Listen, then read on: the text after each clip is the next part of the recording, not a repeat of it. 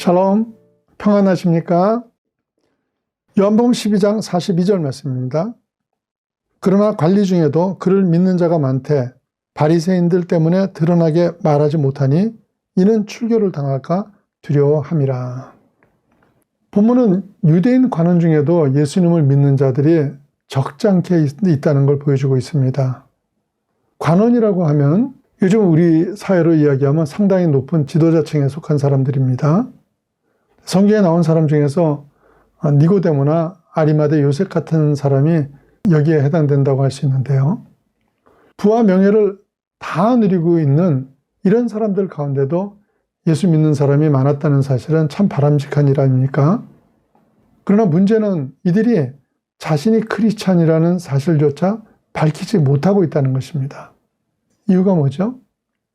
42절 끝에 추례를 당할까 두려워함이라 이렇게 됐습니다. 예수님을 따르는 자에 대한 형벌로서 출교가 거론된 것은 요한복음 9장에서부터입니다. 요한복음 9장 22절 보시면요. 그 부모가 이렇게 말하는 것은 이미 유대인들이 누구든지 예수를 그리스도로 시인하는 자는 출교하기로 결의하였으므로 그들을 무서워함이로라. 출교는 유대인 사회에서 행해지는 최고의 종교 형벌입니다. 출교당한 자는 영원히 성전에 들어갈 수가 없고 이웃과 교제가 불가능했습니다. 또 사회생활을 할 때 법적인 보호를 받을 수가 없었죠. 말하자면 길을 가다가 억울하게 맞아도 법적인 요청을 할 수가 없었습니다. 그러니까 출교는 마치 죽음과도 같은 형벌이었습니다. 그렇기 때문에 종교 형벌임에도 불구하고 사람들이 두려워했던 겁니다. 그런데 예수님의 제자들이나 바울 사도 같은 사람들은 죽음을 각오하고 예수님의 이름을 담대하게 증거하지 않았습니까? 그렇다면 유대 관원들이 그토록 두려워한다는 출교를 사도 요한이나 예수님 제자들은 어째서 두려워하지 않은 겁니까? 이들은 무슨 출교당하지 않은 특권이라도 있었던 게 아니죠. 그래서 그렇지 않으면요, 이들이 이제 유대 지도자들은요, 출교를 당하면 잃을 게 많지만은 제자들이 어차피 배운 게 없고 가진 것이 없으니까 그럭저럭 사는 사람들은 아무렇지도 않다. 이런 말, 그게 아니죠. 요한을 비롯한 모든 제자들은 다 출교를 당하게 되고요. 그로 인해서 말할 수 없는 핍박과 고통 속에서 이리저리 뿔뿔이 흩어져 살았습니다.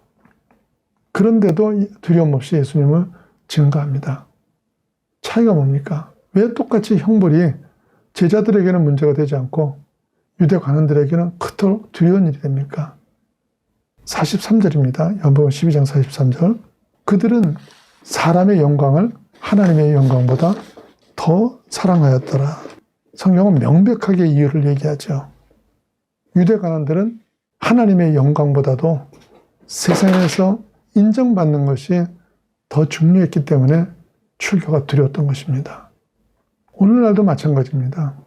유대 관원들처럼 하나님의 영광보다는 사람의 영광을 더 구하는 신앙은 예수님을 믿기는 믿지만은 예수님을 우선으로 선택할 수는 없습니다. 그런데 성경은 이런 사람을 예수 믿는 사람이라고 합니까? 아니면 안 믿는 사람이라고 얘기합니까? 42절 말씀 다시 보시면요. 그러나 관원 중에도 저를 믿는 자가 많되 이러면서요. 믿는 자라고 말씀을 하십니다. 믿기는 믿는데 세상 영광도 놓치고 싶지 않고 하늘의 영광도 바람이 있는 거예요. 이 세상의 행복도 놓치고 싶지 않고 천국의 복락도 놓치고 싶지 않은데 당장은 사람의 영광을 더 구하는 그런 신앙인 것입니다. 그런데 이건 사실 한두 사람의 문제가 아니죠. 솔직히 얘기하면 대부분의 신앙인들이 이런 신앙생활을 하죠. 이런 신앙생활을 하는 사람과 전적으로 하나님을 믿고 온 몸과 영혼을 다해 주님 앞에 헌신하며 사는 사람, 누가 더 행복한 사람입니까? 여러분도 다 아십니다. 세상적인 일이라도 자신의 모든 것을 다 버려도 아깝지 않은 사람이 행복한 사람이죠. 그래서 마태복음 13장 44절 말씀입니다.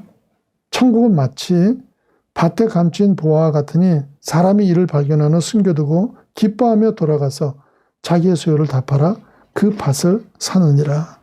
보화를 손에 넣기 위해서 자기가 가지고 있는 모든 것을 다 팔아가지고 보화 묻힌 밭을 산다고 했죠. 예수 믿는 것은 바로 이것하고 같습니다. 예수님의 12제자들이 또 바울 사도가 또 여러분이 세상의 인정과 영광을 버릴 수 있는 까닭이 무엇입니까? 그것보다 훨씬 더 가치 있는 것을 발견했기 때문인 건데요. 그렇다면 누가 이런 진리에 눈을 뜨게 됐습니까? 모든 인생은 반드시 이 땅을 떠나야 하고 그리고 주님을 만나야 한다는 사실을 아는 사람입니다. 심판주로 만나든 구세주로 만나든 우리는 반드시 주님을 만나야 합니다. 이것을 아는 자는 당연히 세상보다 하나님을 두려워합니다.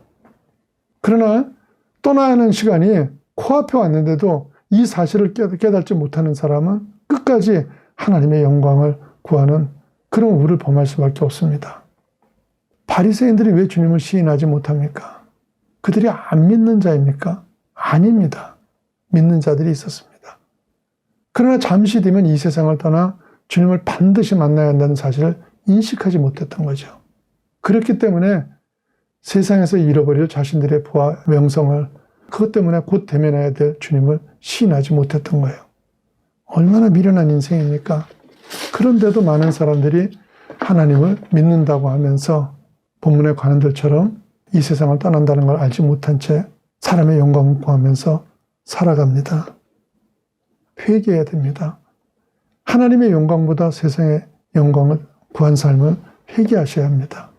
하나님의 뜻을 쫓기보다도 세상의 눈치를 보면서 사는 그 삶들을 회개해야 됩니다. 이 모든 것들을 왜 그랬습니까? 이 땅을 떠나야 될 때가 온다는 걸 잃어버렸기 때문입니다.